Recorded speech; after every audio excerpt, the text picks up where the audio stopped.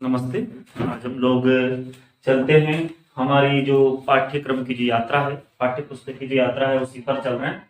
और आज हम लोग आपके सामने प्रस्तुत कर रहे हैं वितान जो पाठ है हमारी 12वीं कक्षा 12वीं की जो वितान भाग 2 है उसका पाठ 3 है अतीत के दबे पांव। इसी के साथ हमारा जो 12वीं पाठ्य पुस्तक का जो है वितान और आरोह इसका जो कोर्स है वो पूरा हुआ। फिर हम अभिव्यक्ति माध्यम की ओर चलेंगे और कक्षा 11वीं की ओर चलेंगे। हम देखते हैं पाठ 3 अतीत के दबे पांव। इससे पहले आप सभी से निवेदन है कि ललित गुप्ता सर 560 ये मेरी यूट्यूब आईडी है। आपसे अधिक से अधिक इसको सब्सक्राइब करवाएं, अपने मित्रों तक दोस्तों तक पहुंचाएं, बच्चे जो भी पढ़ने वाले हैं इसका फायदा लें। ललित.गुप्ता67 ये मेरी इंस्टाग्राम आईडी है, चाहे तो आप इस पर भी मेरे वीडियो देख सकते हैं और इससे भी आप पढ़ाई से संबंधित फायदा ले सकते हैं। और ये मेरे मोबाइल नंबर है 9587 9587 9587 आप चाहें तो इस पर भी मेरी वीडियो देख सकते हैं। अब हम चलते हैं हमारी किताब की ओर, पुस्तक की ओर, पाठ्यक्रम की ओर। तो उसके प्रश्न उत्तर देखेंगे। सबसे पहला प्रश्न उत्तर है हमारा, पहला जो प्रश्न है सिंधु सभ्यता साधन संपन्न थी। सिंधु सभ्यता क्या थी? साधन संपन्न थी और पर उसमें भव्यता का आडंबर नहीं था। कैसे? सिंधु सभ्यता साधन संपन्न थी पर उसमें भव्यता का आडंबर नहीं था। कैसे? सिंधु सभ्यता एक साधन संपन्न सभ्यता थी परंतु उसमें राजसत्ता या धर्म सत्ता के चिन्ह नहीं मिले, बिल्कुल भी नहीं मिले। कैसे राजसत्ता और धर्म सत्ता के?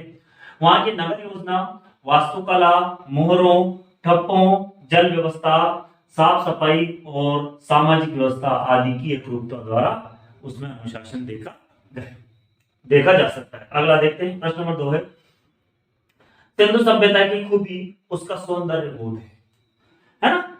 और जो राज पोषित या धर्म पोषित न होकर समाज पोषित था, ऐसा क्यों कहा गया है?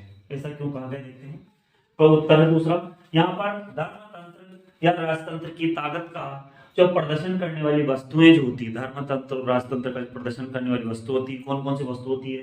जैसे महल, पूजा स्थल आदि बिल्कुल नहीं मिली, यहाँ पर नहीं मिली है ना। यहाँ आम व्यक्ति के काम आने वाली चीजों को सलीके से बनाया गया है। इन सारी चीजों से उनका सौंदर्य बोध उभरता है। इसी आधार पर कहा जा सकता है कि सिंधु सभ्यता का सौंदर्य बोध जो है वो समाज पोषित था। कौन सा पोषित था? समाज पोषित था। आगे देखते हैं हम लोग पुरातत्व। प्रश्न नंबर 3 है पुरातत्व के किन चिन्हों के आधार पर आप कह सकते हैं कि सिंधु सभ्यता ताकत से शासित होने की अपेक्षा समझ से अनुशासित सभ्यता थी। ये ताकत से शासित नहीं हुई थी, ये समझ से अनुशासित थी। वो देखते हैं यहाँ पर खुदाई के दौरान गहने, खिलौने, बर्तन, कंघी, अनाज के बीज इत्यादि सब पाए गए। जब भी खुदाई हुई तो यहाँ पर खुदाई के दौरान गहने, खिलौने, बर्तन, कंघी, अनाज के बीज इत्यादि सब पाए गए, लेकिन युद्ध में प्रयोग हथियार नहीं पाए गए। मतलब परिवार की चीजों के जो काम आती है वो सब वस्तुएं पाई गई, लेकिन हथियार बिल्कुल भी नहीं पाए गए। जो इस बात का प्रमाण है कि पुरातत्व सिंधु सभ्यता ताकत से शासित होने की अपेक्षा समझ से अनुशासित सभ्यता थी। आगे हम देखते हैं, प्रश्न नंबर 5वां है टूटे फूटे खंडहर। ये चौथा प्रश्न जो था मुझे थोड़ा ऐसा महत्वपूर्ण नहीं लगा तो मैंने इसलिए 5वें प्रश्न पे आ गया मैं। आगे देखते हैं 5वां प्रश्न, टूटे फूटे खंडहर सभ्यता और संस्कृति के इतिहास के साथ साथ धड़कती जिंदगियों के अनछुए समयों पर का भी दस्तावेज होते हैं। इस कथन का भाव स्पष्ट कीजिए। टूटे फूटे खंडहर सभ्यता और संस्कृति के इतिहास के साथ साथ धड़कती जिंदगियों के अनछुए समयों का भी दस्तावेज होते हैं। इस कथन का भाव स्पष्ट करना है। तो पुरानी खंडहरों और राजप्रसाद आज भी अपने अंदर इतिहास के पन्नों को समेटे। टूटे फूटे खंडहर न बल्कि ये टूटे फूटे खंडहर जो है न बल्कि हमारे प्राचीन इतिहास की धरोहर है, परंतु ये हमारे है ना जिंदगी से भी जुड़ी हुई है ना ये बिल्कुल। परंतु ये हमारे समय के चक्र ने भले ही इन्हें अपने मूल स्वरूप से वंचित कर दिया, परंतु आज भी कहीं न कहीं इन्हें देखकर हमारे मन में इनके प्रति एक गर्व का भाव प्रकट होता है।